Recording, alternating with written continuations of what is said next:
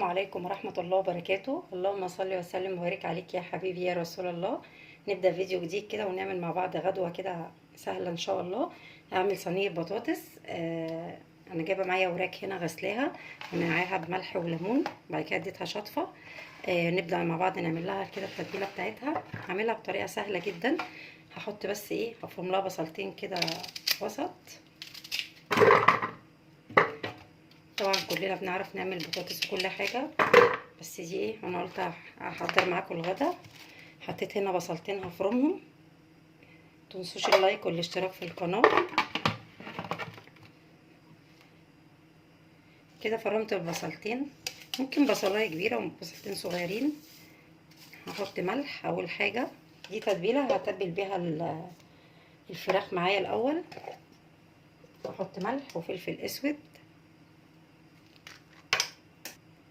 7 بهارات، معلقه صغيره كده بابريكا مدخنه بتبقى حلوه قوي، تديها طعم طبعا ولون حلو جدا. هديها رشه بسيطه خالص بودره زعفران، انا عايزاها تديني لون حلو. الزعفران ما بيديش طعم، بيدي لون. انا عايزه الفراخ معايا تكون لونها كده مميز. حطيت لها رشه بسيطه خالص زعفران. هحط لها عصير كده ليمونه، ممكن نديها معلقه خل، بس انا ما عنديش خل هحط بداله ليمون.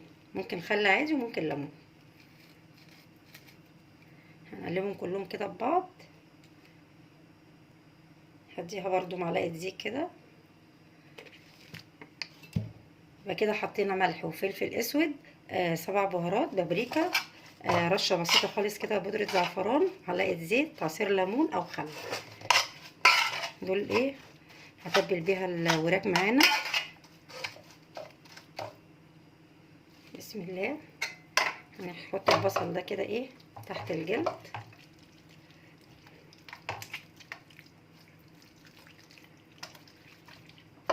ممكن نعملها بفرخه كامله عادي، بس انا جبت ما عنديش برضو الوراك، كلهم ما بياكلوش الصدور كتير، فانا بحب اجيب الوراك اكتر.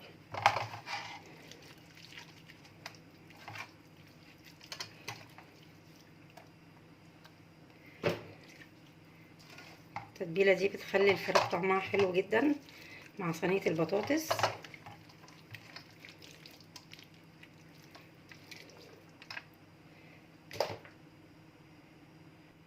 بعد ما تبلت الفراخ معايا هقطع كده اخرب بصلتين بس كده للبطاطس، مكعبات كده صغيره.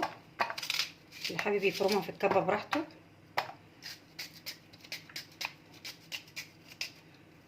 مع قرن فلفل،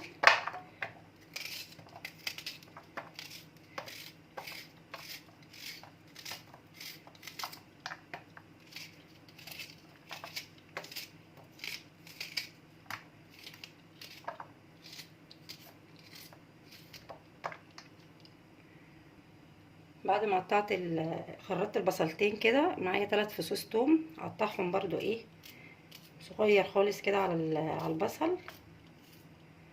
بتديني ريحه وطعم حلو جدا في صينيه البطاطس. مكعبات صغيره خالص.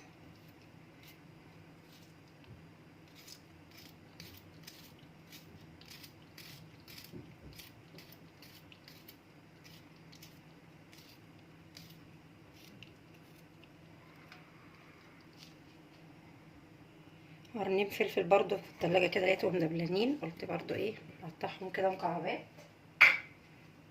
هبدأ احط لها التوابل بتاعتها، ملح، فلفل اسود وكمون.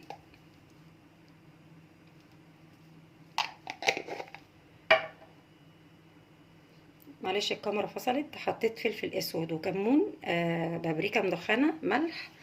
هديها رشه زعتر، بتودي البطاطس في حته تانية خالص. رشه زيت كده، وابدا اقلبهم كلهم مع بعض. بسم الله. حطينا البصل وتوم، فصين توم كده مع قرنين فلفل، مع التوابل بتاعتها ملح وفلفل اسود وكمون، بابريكا، زعتر. ممكن نحط روزماري برضو عادي.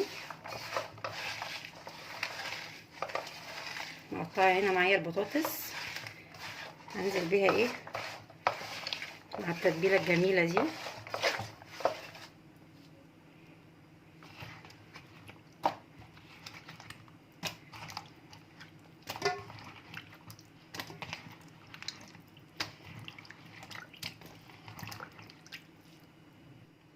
كده بعد ما قلبت البطاطس على التتبيله اللي احنا عملناها، هنزل عليها بنص شفشق طماطم،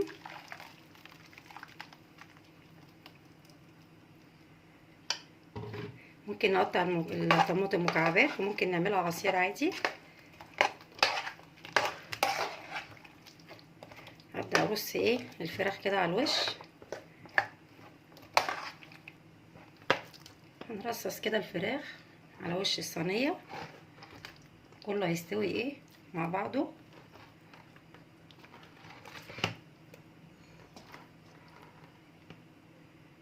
كده هحطها على النار تاخد غلوه، وبعد كده هحطها ايه في الفرن على طول.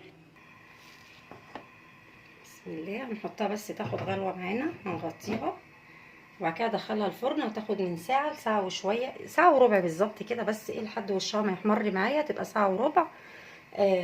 بعد الصينيه ما خدت غلوه وحطيتها في الفرن، حمرت كده شويه شعريه، معلقتين سمنه على معلقتين زيت كده، وانزل بالرز.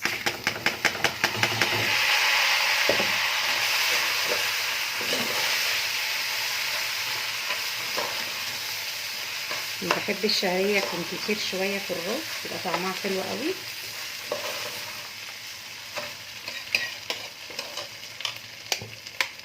هديله الملح بتاعه معلقتين كده صغيرين.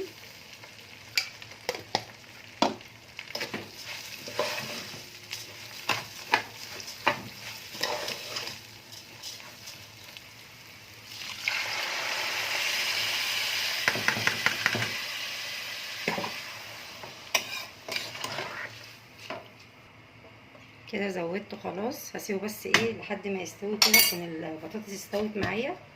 متنسوش اللايك بقى، حطوا لايك كده كويس وكومنت حلو منكم لحد صينيه البطاطس ما تطلع ونشوفها مع بعض. وبكده خلصت احلى صينيه بطاطس جميله جدا، تستاهل التجربه، تحفه تحفه تحفه وريحتها قلب الدنيا.